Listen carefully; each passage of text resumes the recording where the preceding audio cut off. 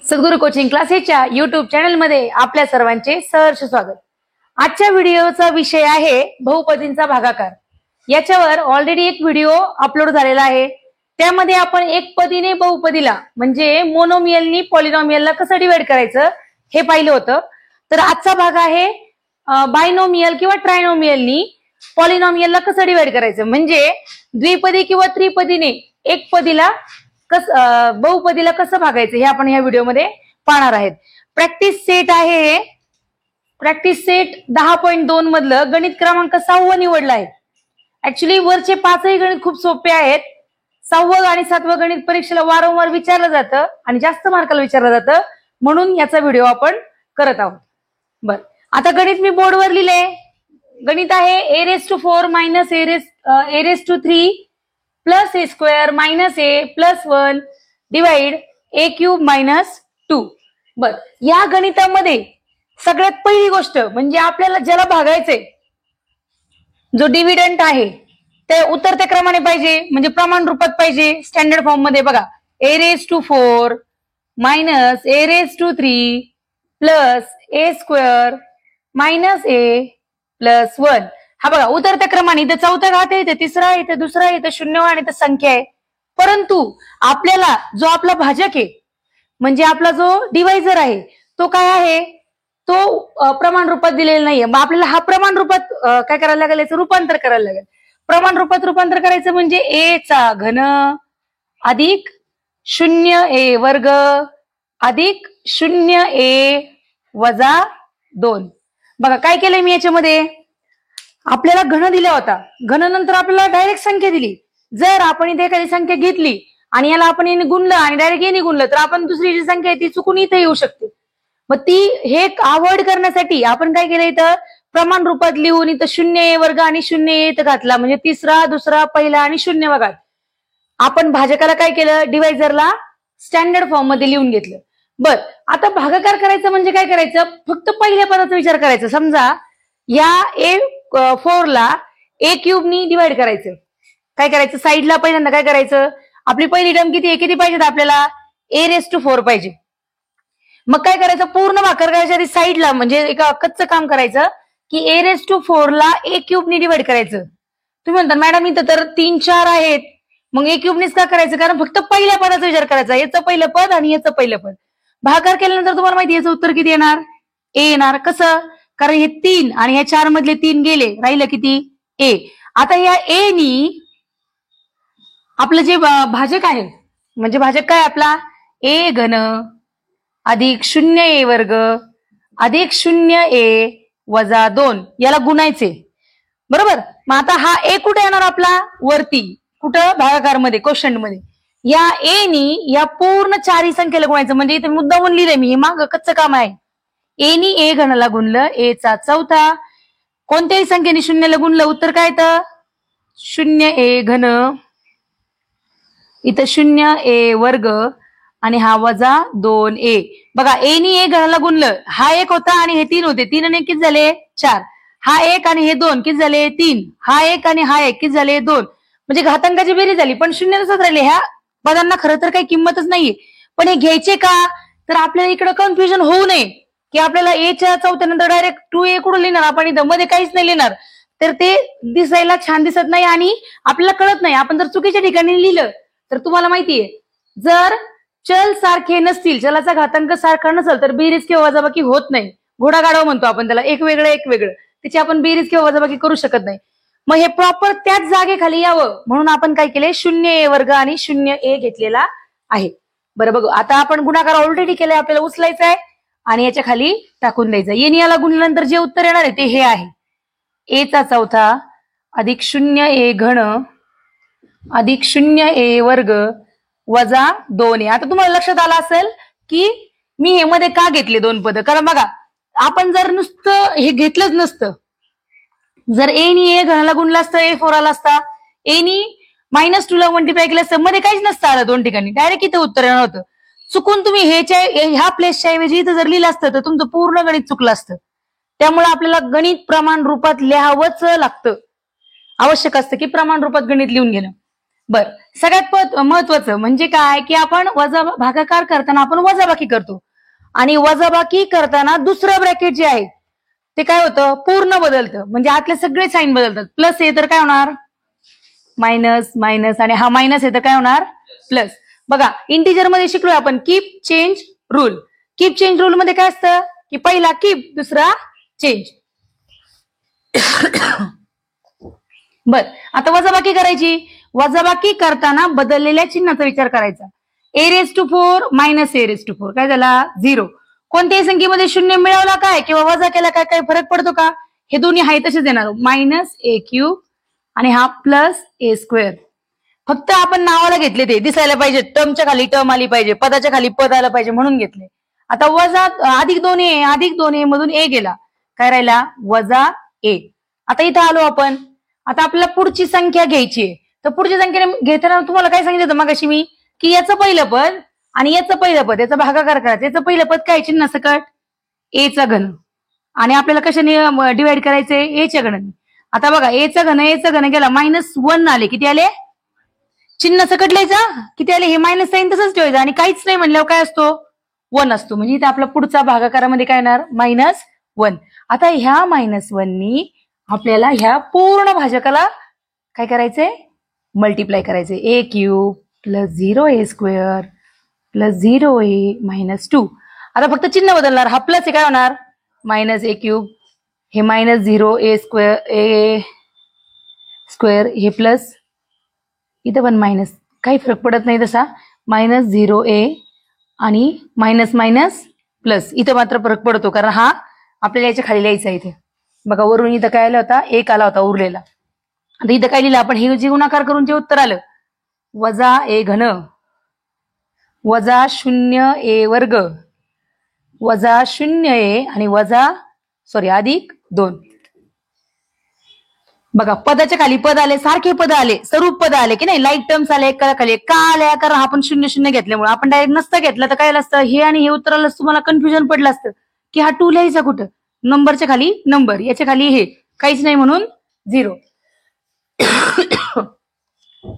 आता परत आपल्याला काय करायची आहे वजाबाकी करताना काय होणार आहे चिन्ह बदल. हा मायनस आहे काय होणार plus, minus plus minus plus आणि प्लसचं काय होणार मायनस. आता बघा हा -a³ आणि +a³, 3 चॉकलेट दिले 3 चॉकलेट घेतले, तसं काय झालं 0 झाले. काय झाले 0. आता याच्यामध्ये 0 मिळवा किंवा वजा करा काही फरक पडणार नाही. +a² - इथं मात्र फरक पडणार. -2 मधून 1 गेला, किती राहिले -1. आता बघा याला कशाने जरी गुणलं तरी उत्तर a³ येणार आहे का, येणार आहे का. a² आलं म्हणजे आपल्या भाजकापेक्षा हे काय आलं कमी आलं, त्याच्यामुळे आता ही आपली काय उरली बाकी उरली, म्हणजे रिमाइंडर किती आला a² - a -1. क्वेश्चन किती आला a -1. समजलं. काय करायचं गुणाकार म्हणजे एक प्रकारचं इथे काय करायचं एक एक टर्मला भागून आपण ती टर्म काढली आणि मग त्याचे उत्तर लिहिले. वजाबाकी करतोय चिन्ह बदल करणारे, ब्रॅकेट द्यायला कंजूसी करायची नाही, ब्रॅकेट द्यायचे प्रत्येकाला. बदललेले चिन्ह कशात लिहायचे सर्कलमध्ये लिहायचे. बर, आता बोर्डवर आपण गणित दिले प्रॅक्टिस सेट 10.2 मधलं गणित क्रमांक 7. याच्यामध्ये बघा गणित आपल्याला दिलं होतं 4x⁻⁴ वजा 5x घन. आपल्याला वर्ग दिलेला नव्हता, मग आपण काय केलं वर्ग 0x च्या वर्गाबरोबर लिहिला, म्हणजे याच्यामध्ये ही टर्म ऍड केली काय नाही केली काय काही फरक पडत नाही. परंतु ही टर्म ऍड करावी लागते कारण आपण जेव्हा इथून याला गुणतो तेव्हा मध्ये जर x² ची जर त्याच्यामध्ये टर्म आली तर ती मांडायची कुठे हा प्रश्न पडतो, म्हणून आपल्याला ती मांडावी लागते. बघा उतरत्या क्रमाने घेतल्या आपण. इथं बघा 4था घात, 3रा घात, 2रा घात, 1ला घात आणि 0वा घात. बघा याला म्हणतो आपण स्टँडर्ड फॉर्म ऑफ पॉलिनॉमियल 4 3 2 1 0. याचा इंडेक्स 4 आहे, याचा 3 आहे, याचा 2 आहे, याचा 1 आहे, याचा 0. आता इथं ऑलरेडी आपल्याला प्रमाण रूपात दिलं, डिव्हिडंड मध्ये चेंज केला, डिवायझर मध्ये चेंज करायची गरज नाही. ज्याला भागायचं होतं त्याच्यामध्ये बदल केला, परंतु ज्यांनी भागायचंय त्याच्यामध्ये बदल करायची गरज नाही कारण तो ऑलरेडी प्रमाण रूपात आहे. आता मी तुम्हाला काय म्हणलं की भागाकार करताना फक्त ह्याच्या पहिल्या पद आणि याचा पहिल्या पदाचा विचार करायचा. म्हणजे काय करायचं 4x⁴ म्हणजे 4x⁴ आहे, त्याला 4x ने डिवाइड करायचं. बघा नीट बघा इकडे. आता याच्यामध्ये काय करणार आपण हा 4 काय झाला कट. ह्या 4 4 मधला एक 4 गेला म्हणजे किती राहिले एक्स क्यूब राहिले. किती राहिले म्हणजे इथे मी कोणती संख्या घेऊ तर मी ही संख्या घेणार काय एक्स क्यूब घेणार एक्सचा घन घेणार आणि तो त्यांनी याला मल्टिप्लाय करणार कुणाला 4x वजा 1 ला. बघा आता मी इथं भागाकारामध्ये लिहिलं एक्सचा घन. आता इथं गुणाकार करताना काय होणार आहे 4x चा चौथा घात आणि वजा एक्सचा घन. बघा येणे याला गुणलं उत्तर किती आलं 4x चा चौथा 4x⁴ मायनस एक्स क्यूब. आता मग प्रमाणेच काय करायचंय आपल्याला वजाबाकी करतोय आपण चिन्ह बदल होणार प्लस ए मायनस होणार मायनस ए प्लस होणार. बदललेल्या चिन्हाचा आणि याचा विचार करायचा हा प्लस ए हा मायनस ए हे झाले 0. आता वजा 5 मध्ये अधिक एक्स मिळवला 5 मध्ये 1 मिळवला म्हणजे काय होणार कमी होणार ना. ऋण संख्येत धनसंख्या मिळवली म्हणजे ती काय होणार कमी होणार. म्हणजे इथे किती आले वजा 4x चा घन. बघा वजा 5 मधून 1x घन गेला वजा 4x घन वजा का कारण मोठ्या संख्येचं चिन्ह. बरं पुढून काय आलं 0x चा वर्ग खाली आलेला आहे. आता काय करायचं मी तुम्हाला सांगितलं ह्या एकाच पदाचा विचार करायचा याला यांनी भागायचं म्हणजे पुढचं काय आहे वजा 4x चा तिसरा भागिले 4x. इथं पण x 4 4 काय झाले कट.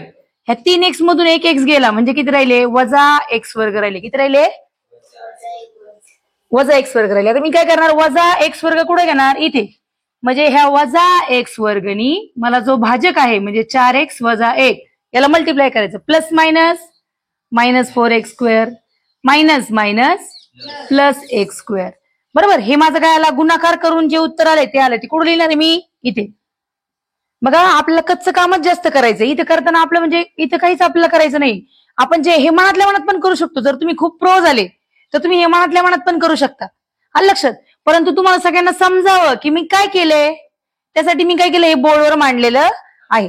तुम्ही हे गणितात लिहिण्याची कुठंच गरज नाहीये. तुम्हाला एक्सप्लेनेशन मध्ये पुस्तकात पण दिलेले एक्सप्लेनेशन मध्ये पण ते पुस्तकात तुम्ही गणित सोडवताना परीक्षेला गणित सोडवताना लिहिण्याची गरज नाही.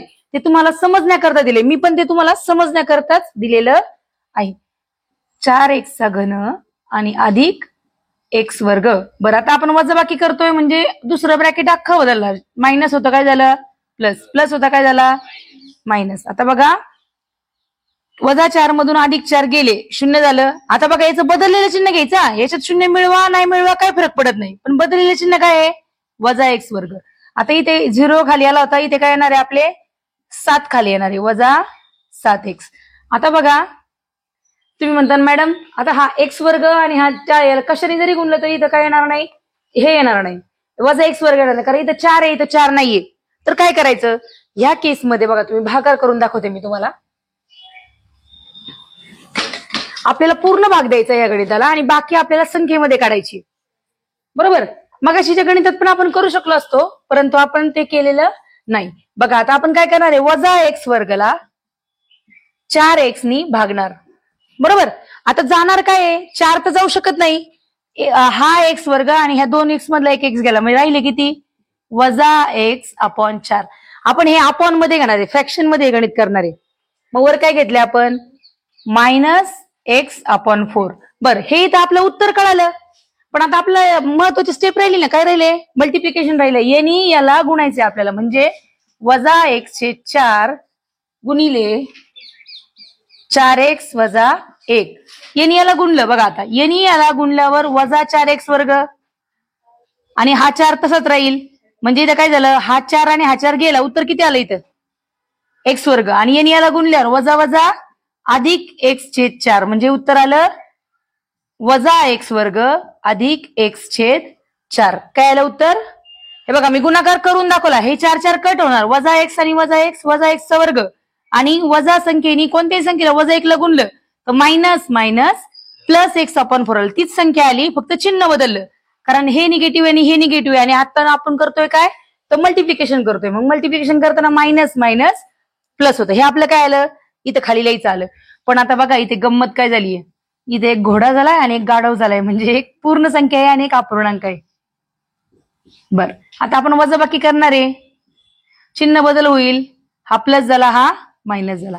हा तर जाणार आहे 0 झाला वजा x वर्ग मध्ये अधिक x वर्ग मिळवले 0 झाला. परंतु याचं काय आता बघा याची वजा बेरीज तुम्हाला मी वजा 7x आणि वजा x/4 याची सेपरेट तुम्हाला वजाबाकी किंवा बेरीज जी काय होणार ती करून दाखवते. बघा दोन्ही संख्या ऋण आहेत म्हणजे बेरीज होणार. काय होणार? हा, मग याने याला गुणायचं. 7 चोक 28, 28x वजा x भागिले 4 तिरकस गुणाकार केला आपण. आता आपण याची काय करणार? मायनस मायनस प्लस होणार.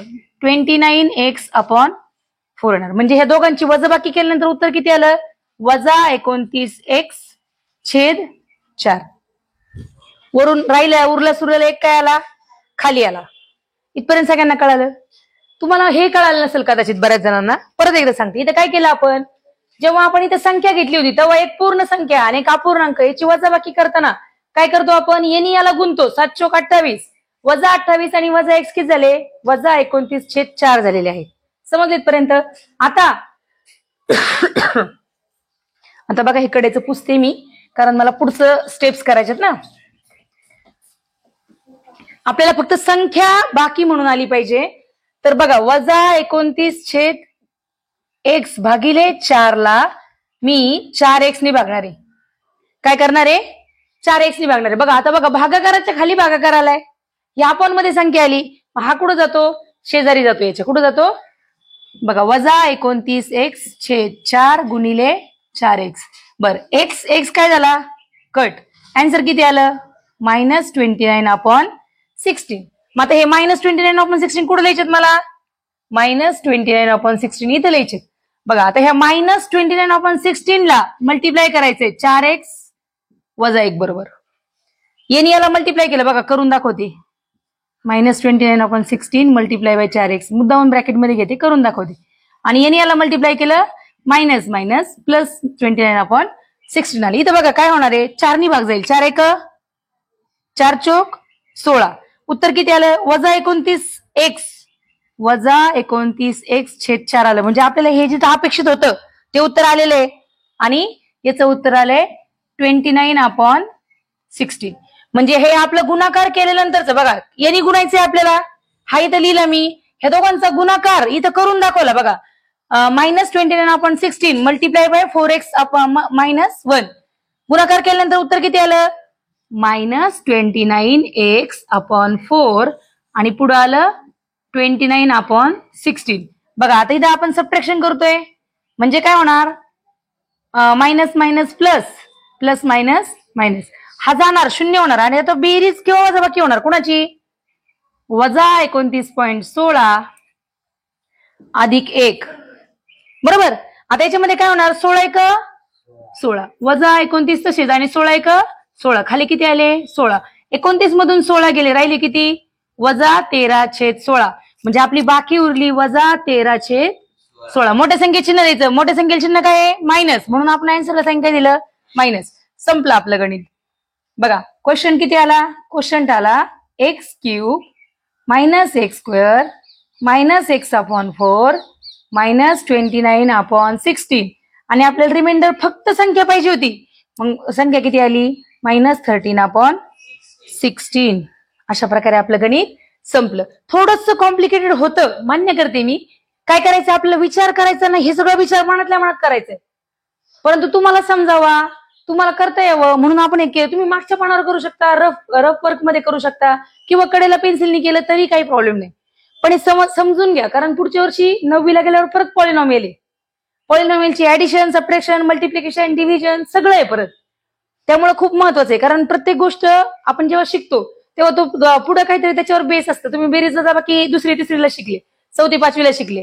आतापर्यंत बेरीज वजाबाकी करावी लागते की नाही? म्हणजे प्रत्येक गोष्ट आपल्याला कळाली पाहिजे. समजलं तर आपण काय करतो की आपण मनापासून करतो आणि आपण ते करू शकतो. अलग लक्षात. अंडरस्टँडिंग महत्वाची आहे. पहिले समजणं महत्वाचं आहे. समजलं तर आपण एक काय 1000 गणित सोडू. समजलं? चला भेटूया नेक्स्ट व्हिडिओमध्ये. धन्यवाद.